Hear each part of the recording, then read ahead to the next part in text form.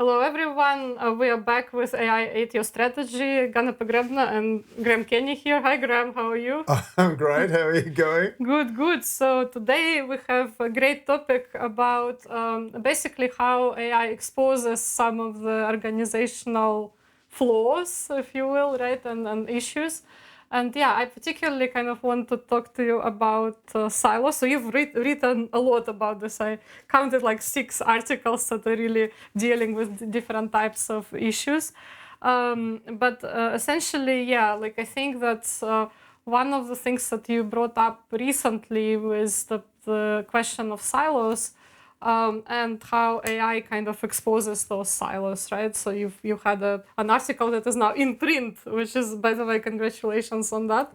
So can you tell me a little bit more how that idea came about and how you? It was a colleague's suggestion, really, and so she said what she was seeing in her organisation was that as AI was adopted, rather than being adopted at the sort of organisational level, people were grabbing hold of it in marketing and finance and HR and so on, and then employing AI for their own purposes. And so her concern was that in fact AI was going to make silos worse, not better, because some people have been talking about, oh, this is a great way to integrate our organisation. But the message was, actually, it's not the way it's happening. So that sparked an interest in my mind, and then we got together and started to get some cases on, where this is happening and then how you might deal with it. Mm-hmm. Yeah, so and I think that there's also probably a lot of political things going on, right? So many departments feel that they own AI, probably like, IT, or there could be a separate, I don't know, could be a software engineering department. They all have compartments where AI could be sitting, like machine learning models, for example. Yeah. And people feel that they kind of own that part and they don't probably want to share, and they feel that other department is trying to grab their terrain and all of that. Is that something that you also saw through this? I think it's more that in the early days of large language models, people weren't sure how to use it, and senior management, this has been commented on by others, senior management was sort of like the deer in the headlights, didn't know which way to go. And so while they're still thinking about policy and security and all this sort of thing, people within the functional areas said, okay, let's adopt this. I can see a use for this. It's going to help us to write reports or help us to analyse some consumer results or whatever it might be. And so they got going on it. So that, for example, marketing might have thought, well, this is a great way to analyse all these responses from questionnaires or something like that. So they then adopted it in a piecemeal way, and that was basically what happened. In other words, as has been commented on, there was the lower levels of organisations that were early adopters, and senior management was sort of not knowing which way to go. That's what happened. Right, brilliant. So, but there are also like other topics here, right, that are important when we talk about AI adoption in organizations, which one of them is cost. And I think everyone is currently sort of, worried about tokens. So I kind of want to go deeper on that. Yeah, well, actually, I've got a question for you. Yeah. And from the AI side, what hidden costs do organisations often underestimate when adopting AI tools or agents? So we're talking about hidden costs here. What do you think? Right. So I think they underestimate the cost. So yeah, I particularly see that with agents, right? I think when we talk about large language models, most companies have like one platform that they're working with, and the costs are pretty transparent. So I think the underestimation is on the token side. So to run any AI, let's just say we developed an AI agent that we are trying to run inside of a particular, there is a workflow that we automated, and there is an agent that does it for us. I think organizations are underestimating how much it's going to cost them in tokens, because, for example, some of the organizations like Anthropic, they would charge you per number of tokens. And let's just say when you run out of tokens, you might not even know about it. Yeah, like we talked before the episode, I told you that I ran out into this problem where I need to do a demonstration for a customer who is a company, and my tool dependent on tokens, and they told me there will be 20 people in the meeting, so I budgeted for 20 people in the meeting going onto a tool that I created and using the tokens, but when I arrived there were 200. Yeah. And I ran out of tokens in a matter of minutes, right? And so then I had to like pump up my budget for them. And I think many organizations really underestimate that cost.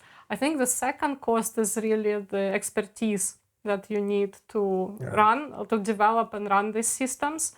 Even if you have a consultant that helps you actually make the tool. For example, you have a consultant that helps you with AI agent. Someone has to check whether the temperature on this agent, regularly.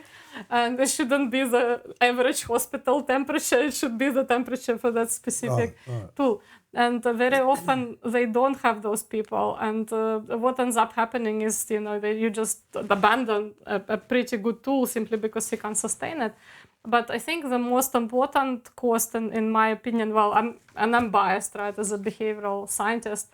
I think the major cost is that the problems are designed without people in mind. So you just think, we're just going to deploy this technology here as an organization, and you don't think how the customers are going to react, how my staff are going to react, like what are these, how people are going to, like how the lives of people is going to change as a result of us deploying the tool. And that's the biggest cost, because you might need to change your entire organizational culture around something, right? So to be able to use it. And if you haven't worked enough with that, then it's just not going to work. People just, like, how many tools do we have where the technology is perfect, but the staff are not using it, and the project fails simply because the culture is not there? Yeah. But that's hidden costs. But I saw something the other day where they were talking about the explicit cost of tokens is now more, in some cases, than the human cost. Absolutely, yes. Is that a big risk? Eventually just saying, oh, this is too expensive, it's not worth it. Yeah, in fact, I know an organization that decided that, that they introduced a lot of efficiency with a generative AI model that they used in-house. Yeah. And as a result, some people lost their jobs, which I thought was a horrible thing. That shouldn't happen anyway. But they fired a large number of people, and then now they are rehiring them because they cannot sustain the agentic costs. It costs a lot more. So if a human costed them, I don't know, $100, $200 an hour, then that the agent is $300. So, it's just not sustainable. Yeah. Quite interesting, isn't it? Because you might be able to spend that money if you saw a compensating output, but that's not happening either. Yeah, that's right. So I think this return on this investment is not really clear, and you also lost your personnel, and like in that particular case, and you are in a situation where you thought, oh, we're just so efficient, we can get rid of people, and then ultimately you are worse off even financially as a result of that decision. Have we seen that before in technology, where someone's brought in a technology which yes, it's efficient, but it's just too expensive? Right. I cannot think of an example where the expense was the problem, but definitely, like if you look at, for example, self-driving cars, right? So we had a lot of excitement about it, but then we started to get cases like the Arizona, hitting a pedestrian, like self-driving car, Uber hit a pedestrian. So so I think there are definitely a lot of cases where technology was implemented like too soon without thinking about the business model around it, around the responsibility, around behavior. So that definitely happened, and as a result, it was a lot more costly to that organization. It doesn't have to be even an online product. I could fly someone to LA for a face-to-face meeting. That technology exists.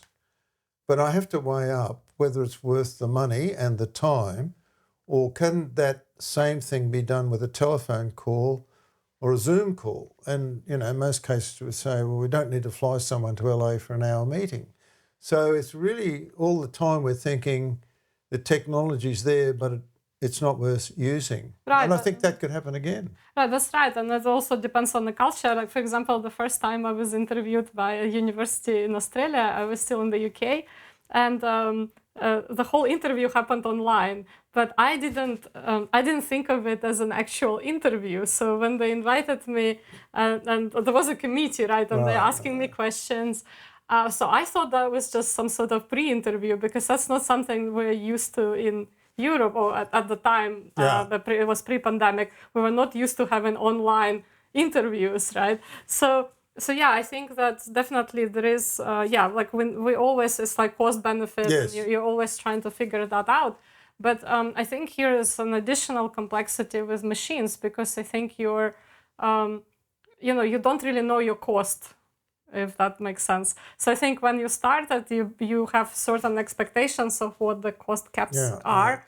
But as we know, the tokens become more and more and more expensive, because there was a huge spend, multi-billion-dollar spend on developing the tools. I don't know if you saw that DeepSeek, which is a Chinese large language model that came out and almost tanked NVIDIA in like one day. NVIDIA lost huge amounts of money.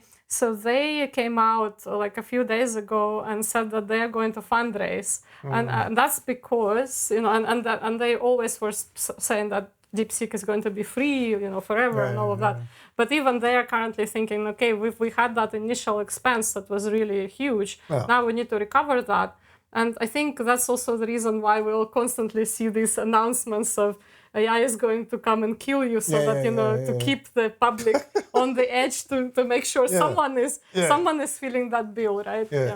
But I think it's an interesting point that if the cost of it gets too high, we will be making decisions. Yes, we know a large language model or any AI tool can do it, but it's just not worth the expense because the benefit isn't there. So I think that's an interesting thing we haven't really run into yet, because we're still experimenting. Right, and there are dependencies, right? Also, people develop these dependencies. If you remember, we had a few months back, we had a case when ChatGPT was not working for a day, and how many processes that stopped. It's just amazing how people get dependent on this, right? So I personally know a developer who could not do anything that day because he was just waiting for the system to come back on, right? And that is scary, because people keep conversations stored there that they depend on. They depend on what the tool is, doing, like how the workflow is organized.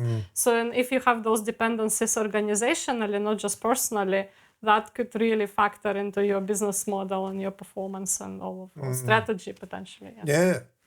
Now, why can automation create new work rather than simply remove work? That's a good one. Look, I think that very often, I don't know, every time I see these things about the future of work, like all these conversations, I cannot get into my head why everybody's only talking on the negative side, that everything's gonna be horrible, we're gonna lose our jobs to the machines and all of this. And that's true, like you don't need, you will not need some skills like going into the future, right? And the worst part is, I guess, we don't know which skills we will not need anymore, because we haven't figured that out yet. But I think that the problem is not like, it's not one-sided, it's not one-sided conversation. We will lose some skills, but we will also gain some skills. We will gain skills to recognize machines better. We need more, better understanding how machines work, to prompt better, like prompt engineering, that whole area. Like you need, you need this new super skills that people should have. I think I told you about previously when we had the talk about, I recently was in Barcelona at the conference, and there were people who who see themselves as a project or product owners or product managers, right? Product owner. That's a whole new thing in companies, and they believe they never touch the customers, so like they constantly talk to technology. So there are these new skills that we will develop, and I'm a believer that we will evolve as as humans in that sense. And so we need to understand that, yes, on the one hand, the first thing that I want to say is no longer a conversation between should we have AI or should we not have AI, right? Like we already have machines working alongside us. Yeah. So what we need to figure out is how to live in harmony with them, right? And how to basically make sure that machine is an extension of your intelligence and makes you a better human, better you, rather than, oh my God, it's going to come and take my job. Yeah. Yeah, it's interesting that because Jensen Huang, head of NVIDIA, he said repeatedly in his addresses that he doesn't believe there will be massive unemployment as a result. He's pretty close to what's going on, I think. He's had a very interesting life. If you've ever read his life, it's amazing. Anyhow, that's that one. Okay, what are the biggest technical or behavioural warning signs that an AI implementation will become more expensive than expected? Yes, so my problem is that the price is constantly going up, right? So that's a reality. So we first thought, I think that we had this conversation a year ago, I remember, on the phone with you that, how are they going to recover the cost, right? There is, first of all, there is a cost of recovery for what is already developed. It's huge investment that someone needs to see a return on. A second question is there are ongoing costs that are even higher, right? And they're high not only in actual cash that needs to feed into the system, but also there is environmental cost, right? Like we need more resources. So we need to keep that whole system sustainable. And my problem is that we don't actually know how much it costs. Yeah. Like it actually costs on a given day. And so, the companies tell us, okay, well, you're going to pay more, you're going to pay more, you're going to pay more. Where does it stop? So I don't think anyone now, even though I'm an economist, right, I cannot make a good projection, like what is going to cost in like 5 years time. So, and that's definitely a problem from a business standpoint, because if you're trying to project, I have a small startup, right? I'm trying to project what my costs are going to be going forward. Can I sustain the products that I'm developing that are dependent on generative models, for example? So can I pay for all these tokens? I cannot do that. Will there be competition between the providers, Perplexity, ChatGPT, Claude, and so on, so that you can shop around? I think that to some extent it's already happening. Right. I think that it's not, we don't see really fierce competition, because, I mean, in some ways we did when, OpenAI said we're going to disclose information, and Anthropic said, we were privacy. That's right, yeah. And you saw huge numbers of people switching to Claude just for that. So like in some ways, but I think it's more basically geopolitical thing, because we have China who constantly comes and says we are like ahead of the game. You have to understand that as a developer in Australia and in Europe, right? I have a lot of limitations on what I can do with technology, because there are safeguards. There is EU AI Act. There is GDPR law. There is like all of these things are really there, right, for me to like not get people like out of the loop when I'm trying to design something. But when we are talking about China, like they don't have these limits, right? And so there is also there is like this huge investment in China, and also like the development is booming, right? For the reasons that there are not so many restrictions.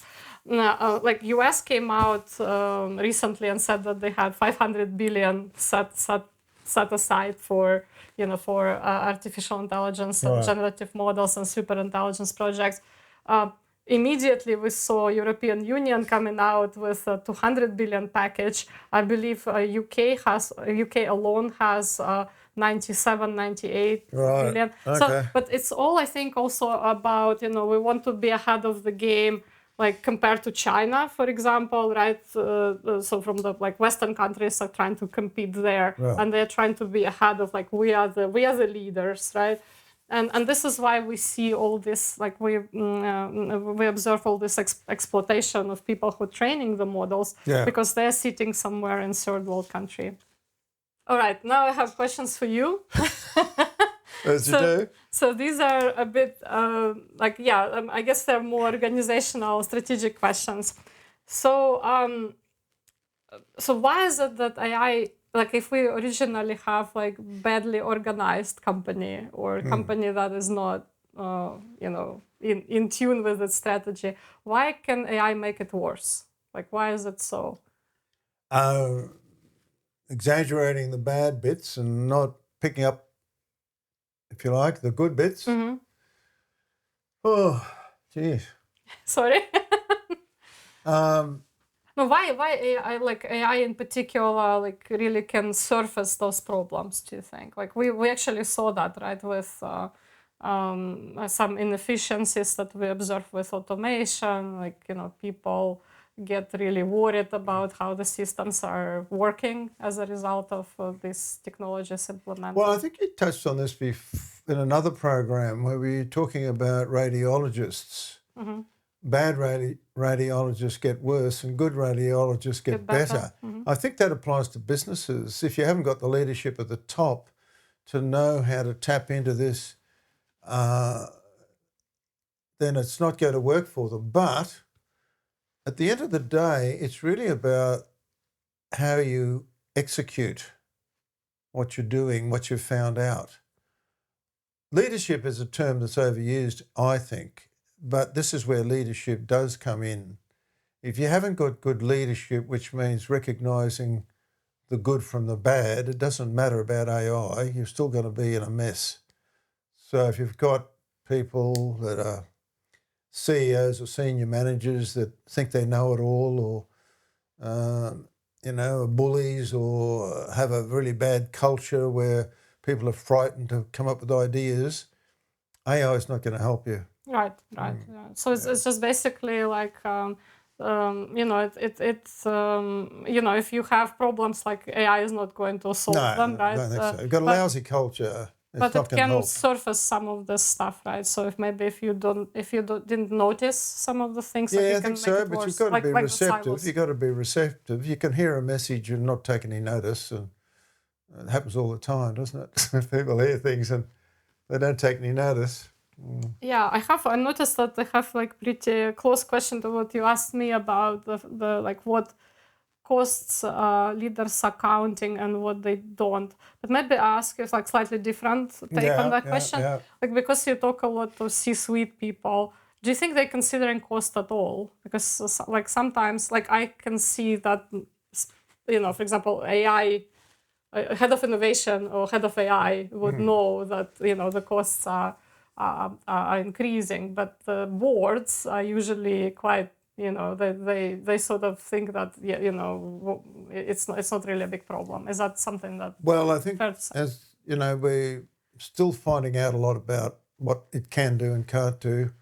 So I think most firms are in the experimental stage, and I think they're sort of saying, well, we'll spend this amount of money and see what happens.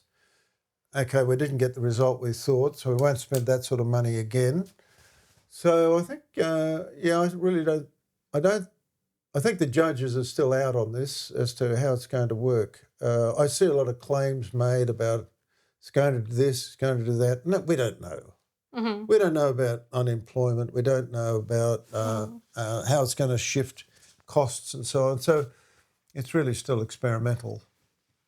Yeah. So is there any recipe? I mean, not a universal recipe, but what are the things that people who are thinking about integrating AI into an existing workflow, what are the things that they should think about from a strategic point of view?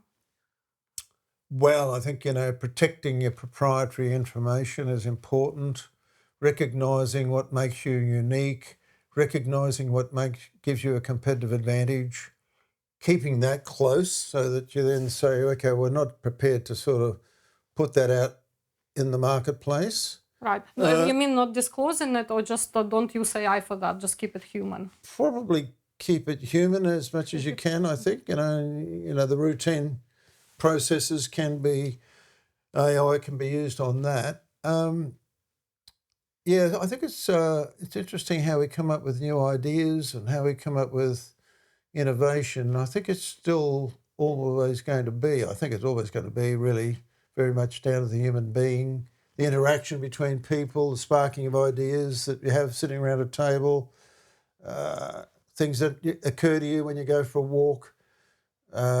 These types of things are very hard to reproduce, and they're just somewhere in the back of your mind somewhere, and suddenly that spark goes off and you think, gosh, we should be doing that.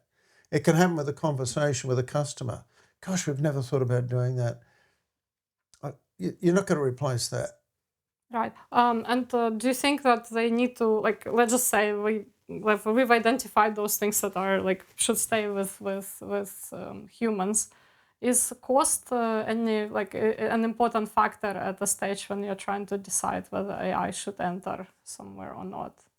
Is this something that, or you should think, oh, actually that's a good automation idea, and it might be costly, but I still want to pursue it. Like, how would you do Well, it? I think what's happening with firms at the moment, they have a budget. Right. We're just talking about this earlier. You've got a budget for certain tokens, for example. Yes. And when you reach that budget, think, okay, so let's try and assess now what we've got out of this. And then we'll see if we want to go further or want to pull back. I think that's where firms are at the moment. And I think that's across the board. All right. So I've got Tabasco sauce right here. I've got my milk because, like I told you guys last time, I hate this type of stuff. It's like we had a sip already. Yeah, someone did. I think it came from our household. Yeah. Anyway, so we have I have 3 options here. Right. This is AI, human, or they both weigh the same. So trick question. And Graham is going to give me some statements. And right, and then I will do it. And if I get something wrong, I will. I have to do this. So how do I know whether you got them wrong or right? I think you have the answer. Oh, okay. Likely right. answer. So if I don't... we don't always know the right, answer, okay. but the likely answer is there. Okay. So this is my first question or scenario. A company wants 24/7 first-line customer support. Okay. Which costs more, an AI chatbot or a human customer service team? Okay, I guess it depends on where they are located. Oh, that's a good point. And the cost of labor. But I'm gonna go with automation. Automation costs less and human costs more. Yes, well, likely answer would be human costs more for routine high volume queries. Okay. But it becomes a trick question if the chatbot creates customer satisfaction, escalation, complaints, or brand damage. Okay. Let's go to the next. Right. Oh, I think I agree with that answer. Okay. Strategy analyst. This is under the heading of strategy analyst. A company wants a competitor analysis report every Monday morning. Which costs more, an AI research agent or a human strategy analyst? Okay, I'm gonna say AI will cost you ultimately more because it can hallucinate. To run it, it will be cheaper, but I think because it's a report and it's a report you need to be invested in, I think you would have more human cost checking it than. So I'm gonna go with AI costs more here. Okay, all right. Well, AI may cost less, you're right. Oh, okay. May cost less, but I thought it cost more. No, I'm finished. Okay. For first drafts and monitoring, but human judgment is still needed to decide what matters. Yes. Okay, right. Yeah. Next one, legal review. A company wants contracts reviewed before signature. Which costs more, an AI legal assistant or a human lawyer? Okay, like I'm gonna assume that AI assistant is in-house and you can safely upload Yeah, you stuff can to it. assume that. Then I'm gonna say the human costs more. Right. Trick question. That was. Oh, okay. AI may reduce review time, All right. but hang on, don't kill yourself. AI may reduce review time, but legal accountability, exceptions, liability, jurisdiction, and risk judgment still require human oversight. So is it a trick question? Because it's a bit each way, I think. So I wouldn't just take that there. By the way, we know that in Australia, at least, law firms are not using AI and they're not allowed to use AI not allowed. because We've it makes had accidents. mistakes. We've had accidents in the US. We've had problems in Australia in too. Australia too. Yeah, that's right. A company wants to screen, this is HR screening, a company wants to screen 5,000 job applications. Which costs more, AI screening software or human recruitment or a human recruitment team? I know the answer. Human costs more. Yeah. In fact, I have a student who is a head of HR in a very large company, and she says, like I always tell her, oh, you need to interview, like look at CVs, with human touch, and she says, Ganna, we get 7,000 CVs every day. Yeah. I can't possibly do that, which is, I think, it's like a bit of a travesty on people who are trying to apply because. If if your CV is not machine tuned, you might not get an interview. I did a post about that. You might remember it, talking about the problems that this is, bringing up. Is that recruiters now are getting so many applications for each job because of AI allowing the applications to be written. That's right. That now they've got a big screening problem. And so the only option is to bring in AI to help with the screening. But the problem with that is you can get that AI on AI. you get bias and you get qualified people knocked out of the process. So they're really struggling to deal with it. Yes. Anyhow, human costs more operationally, but AI may become expensive if it introduces bias, legal exposure, reputational damage, or poor hiring decisions. All right. I don't think you're going to need that. Okay. Meeting notes. A company wants every meeting transcribed, summarised and turned into action points. Right. Which costs more, an AI meeting assistant or a human assistant? Okay, look, I'm going to go with a human assistant costing more. But let me tell you one problem with that. Well, it could be a trick question. So I recently was in Moldova, as you know. Yeah, I know. So they told me a big problem. I got the wine to prove it. So they hold meetings in a mixture of languages. So they have a meeting and they speak a mixture of Romanian, English, and Russian in a meeting. That confuses the hell out of any AI assistant. So they don't use them for that reason. So they use human to just do the minutes because they. But I see. But I know that in many areas, like for example, now we even have for doctors appointments, in the US, like lots of algorithms are just summarizing and writing doctor's notes really quickly. So yeah, I'd say human costs more, but I think it's a trick question. But that's interesting about the GP or your local doctor. I remember probably 12 months ago, I was asked, do you mind if we AI this interview? Yeah. And of course I said, that's fine. You said okay. So yes. Probably shouldn't. I don't know. Okay. Anyhow, I did. But I don't think they're doing that anymore. I think they probably had to go through and amend it. I might as well do it myself. Yes, that's probably the case. All right. So what's the right answer? Oh, the right I answer went is with the human. AI is usually cheaper for transcription and Yes. summary, but the real question is whether all those meetings should exist. Oh, that's a good question. Yes, if you make meetings too easy, they tend to proliferate. Sales outreach. A company wants to send personalised emails to 50,000 prospects. Which costs more, AI sales automation or human sales people? I think AI will ultimately cost you more, as we found out from the Air Canada case, when the chatbot promised a huge discount, and then they had to pay A whole lot of people took advantage of it, didn't they? damages. Yeah, damages. Yeah. Yeah. So I'm gonna go with AI on that. Now, here's a question. I'll give you the answer first. AI costs less at scale, but it can become expensive if it damages trust, deliverability, brand reputation, and customer relationships. It looks like I'm not gonna. No, I'm gonna need that. But here's a question. Without notice. Yeah. We use AI a lot with automation. How much of it is not AI but purely automation? In other words, I can automate a process by computerizing it. Right. It's not artificial intelligence. It's simply automated process. So how much? Do you think AI is overused?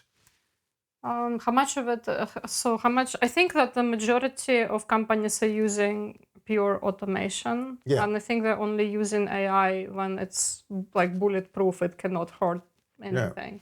Right. What I'm getting at is, are people now attaching AI to every automated process? Yes, and I think also in a mind, right? Like when someone says we're going to automate, you immediately think not even AI, but large language model automate. But it's not right? Like there are purely cool processes that are automated, and the company derives a lot of benefit out of that. We've been using machines to automate processes for at least 200 years. That's right. So we lived through, 3 industrial revolutions. Now it's 4th. Yeah. So we know how to automate. Until 2022, computers were used to automate a lot of processes in organisations, but we didn't call them AI. We said automation. Right, and also I think it's like my interpretation of all of this is illusion of control, because we thought that the previous machines we could control them. Right. But these machines, they can talk, they can imitate thinking, right? So I think we're really worried about that we don't control them anymore. Yeah. And so that's different. But I think it sounds smarter if you've got an AI system instead of an automated system. Oh, yeah. And in fact, when you go to a meeting, very often it's not an AI. No. And it's like a simple automation thing. Yeah. And the company the company who's trying to get me as a client would say, oh, we have AI. Yeah, that's right. And I'm like, where exactly? How does it work? Yeah. Like, I know it's not AI. Yeah, yeah. And you tell them, like, where's the feedback loop? Like, where's the model? Like, what's happening here? And they're like, oh, actually, you're right. It's just automated. I'm like, yeah, but just say it. It's automated. You don't need to tell me it's AI. I know. When you go to these conferences put on by various, providers, if you put AI in front of a presentation, you'll get more people along than if you don't. So it's a part of that, I think. Board presentation. A CEO wants a polished board strategy presentation by Friday. Which costs more, Gen AI slide generation or a senior executive team preparing it? Again, for the conference? Can you do it again? Sorry. I'll read it again. Yes. A CEO wants a polished board strategy presentation by Friday. Right. Which costs more? AI will cost you more, I think, because you need human to go through it, and you need new ideas in there. Like, it will just give you some average. You mean the long term? You're going long term. Okay. Sorry. AI is cheaper for producing slides, but if the strategy is unclear, right, AI only makes confusion look polished. Did you get that right? Did I get that right? Let's go, yes. Okay. executive decision support. A company wants an AI agent to recommend whether it should enter a new market. Okay, I'll read that again. A company wants an AI agent to recommend. Recommend whether it should enter a new market. Which costs more? An AI decision support tool or a strategy consulting team? Strategy consulting team, simply because I myself do the digital twins for that purpose. So I'm going to go with strategy consultant will cost you more. And that is right. Yay. Particularly if it's certain firms which we won't name. Right. The consulting team costs more up front, but the AI tool may be dangerously expensive if leaders treat its recommendation as a decision rather than as an input. Let's go back to the question, though. A company wants an AI agent to recommend whether it should enter a new market. Is that the right use of an AI agent? Not really, because it shouldn't weigh on those things. But let's just say if you want to have, I know that some CEOs have, for example, I have an agent that goes through my email. Yeah. And calendar and gives me on a Sunday sends me an email and says these are the important things. Right. Is that why you don't reply to my emails? I do. Come on, I do. But sometimes you send me emails and I'm in the middle of that old excuse. Anyway, but I think that so that's kind of very similar to just give us some suggestions of whether we should or we should not. Yeah, but let's unpack that question, that statement. A company wants an AI agent. An AI agent is built on a large language model, correct? Yes. So it's now looking in the past and it's looking on what it's been loaded with. Yes. And I'm going to be stupid enough to go to that and say, should we enter a new market? Well, a new market is forward-looking. The AI agent is backward-looking. Right. Am I just hoping, that sand turns into ice cream or something? I think that's true. But if you wanted to kind of give you, the AI agent, I guess, can give you some arguments pro and against going into that market, which might be asking good questions for you whether you should be. So I don't think it's necessarily white noise, Yeah. So it could be useful. So I put this prompt in, I put that prompt in, I've asked the question, I give it context, and ChatGPT, for example, then looks back into its history and then says, yes, you should probably go into Asia or not go into Asia. Let's suppose that's the new market. Right. And I'll read it and I think this is very plausible. Yeah. But in the end, you look at it and think, no, you shouldn't take it at face value. But no, but it's even worse. I guess it's not even that. I see your point. It's actually going to tell me what I want to know. Yeah, I see. And if it picks up from my prompt that's what I'm leaning towards, it'll give me that. If I put in there I'm leaning towards negative, I don't want to go into that market, it'll come back and give me all the reasons why I shouldn't. I agree with you. That's correct. But it depends on how you use the agent, right? We're back to Well, that would be a good way to use it. In other words, go in and say, give me all the reasons why I should, give me all the reasons why I shouldn't. And then sit down and say, well, actually, we didn't think about that reason. Well, I think I know what's going on. Graham is thinking about the next HBR article. Not quite. I just think that, that's a good one. That is a really interesting point. That here we have an AI agent and we're asking it to recommend the future and it's looking back at the past. Yeah. Okay, so I survived. Did I survive? You didn't have to eat any of that. Yay. Okay, that's great.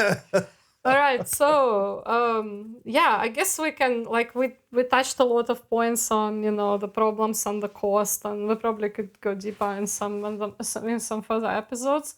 But thanks a lot, Graham, for your perspective. And if you're watching again, do the YouTube things, like and subscribe, because we want to understand whether anyone would watch that, how many people would be as excited as we are about strategy. And as always, over to you, Graham, for maybe some final thought or advice or...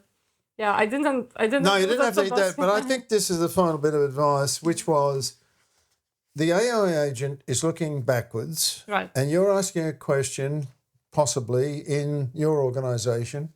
for something that is prospective, not retrospective, that seems to be crazy. Yeah. Now, who's going to give you the forward-looking stuff? It's the people sitting around that table, or it's the people that are in your customers or suppliers, because they're looking forward and they're not just looking back. So I think that's an important lesson.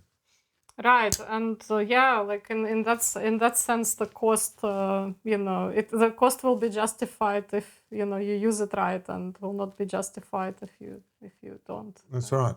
Right. Brilliant. Well, thank you very much, and thanks for everyone who was with us today, and we'll see you next time. Thanks, Ganna.